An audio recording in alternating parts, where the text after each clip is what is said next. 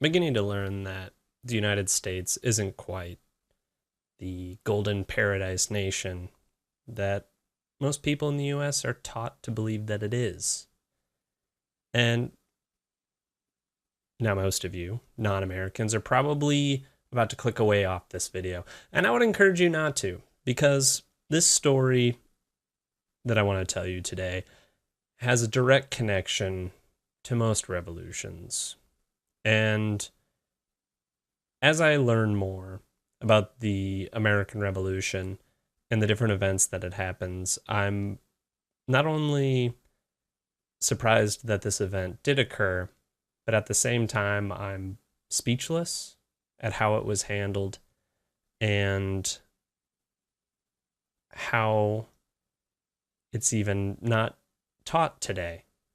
So, without giving it away, today I want to talk about the Newburgh Conspiracy.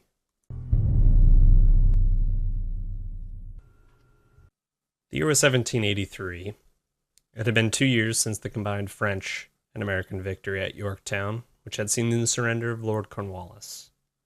A past revolution by the Confederation Congress to provide half pay for retired soldiers looked less likely, as the states did not comply with Congress's request for the needed funds. A part of the Revolutionary Army had felt that they had been long ignored by the Congress and would soon be disbanded when the war came to close. Some of the camp wanted to scare Congress to guarantee the promise of this half-pay bill. On March 10th, an address written by Major John Armstrong was circulating through camp and called for the men to abandon the moderate tone of their leader, George Washington. If the Congress couldn't comply, then the army should either disband, leaving the nation unprotected, or refuse to disband after the peace treaty was signed. Now, this was a soft threat of a military takeover. A meeting had been called to take place on the next day, March 11th, and this address electrified the camp.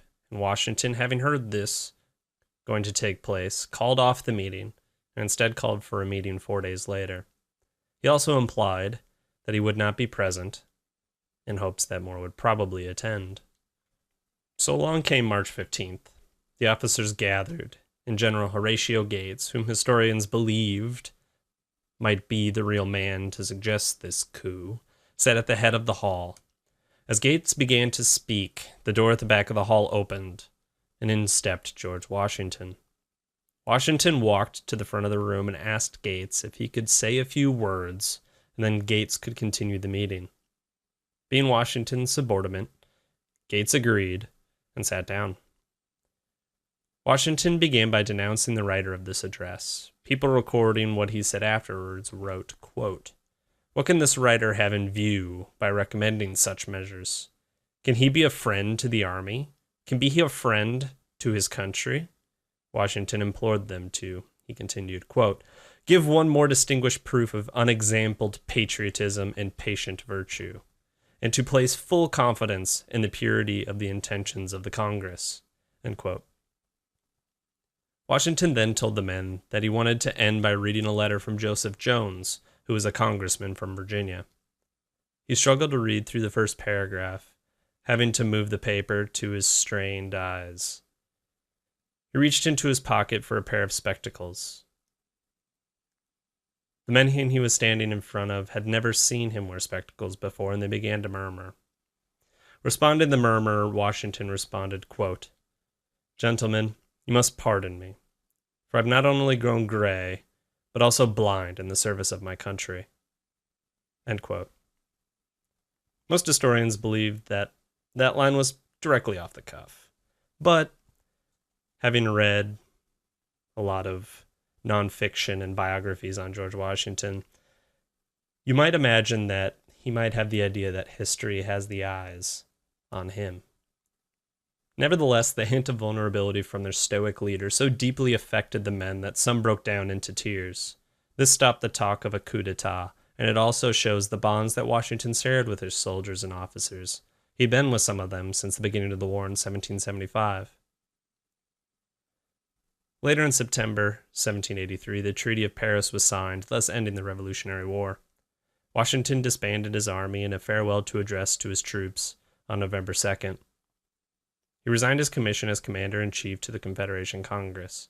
Again, knowing that historians would look back on this event, he said, quote, "I consider it an indispensable duty to close this last solemn act of my official life by commending the interests of our dearest country to the protection of Almighty God, and those who have the superintendence of them, to this holy keeping." End quote. George III, King of Great Britain, whom the United States had just won independence from, called Washington the greatest man of the age. Washington had done something that rarely happens in history. He surrendered his absolute power and walked away to retire to a private life at his beloved home, Mount Vernon. I still don't really understand how this event isn't at least spoken of in high school and college level history classes. And I think it's very important to teach, mostly because it's different than most other revolutionary acts. And Washington did this throughout. He puts down a coup, a light coup, but he also surrenders his power, which after the war, he'd be part of the Society of Cincinnatus, which he took very highly. He thought very highly of the fact that he had done that. And that was one of the reasons why he had such he put up a very large suit of armor in terms of people asking him to become president, the first president with the new Constitution. But I want to know what you guys think down in the comments below. Have you ever heard of the Newburgh Conspiracy? It's just something that I'd recently learned of in the last 6 months, and I think it's an important moment in American history that I think a large, above 90% of the U.S. population doesn't know ever happened. So thank you very much for watching. Hopefully you've enjoyed. I'll talk to you next time. If you liked the video you just saw, make sure to hit that subscribe button down below. We've got plenty of history content here on Interesting History. Trying to get a video out now every couple of weeks, if not more often. If you want to help out Interesting History, make sure to check out the Audible link down below. If you sign up for Audible, you get 2 free audiobooks, and your first month is free. That is right. 2 free audiobooks, and your first month is free. Now, you want to make sure that if you do not want to continue, you cancel at the end because you will be charged. But that first month and your first 2 audiobooks are free. You can also use the Amazon affiliate link down below. You just click it, entirely the same site. You do your shopping. Amazon just gives a little bit of a kickback to Interesting History. It helps out the channel a lot. If you're hearing this on YouTube, I also post these over on iTunes as short podcasts. Prefer to just listen to it in the car? Absolutely. iTunes, Interesting History. If you're listening to this on iTunes, I have a YouTube channel. Watch it with a video. So thank you guys again, and I'll talk to you next time.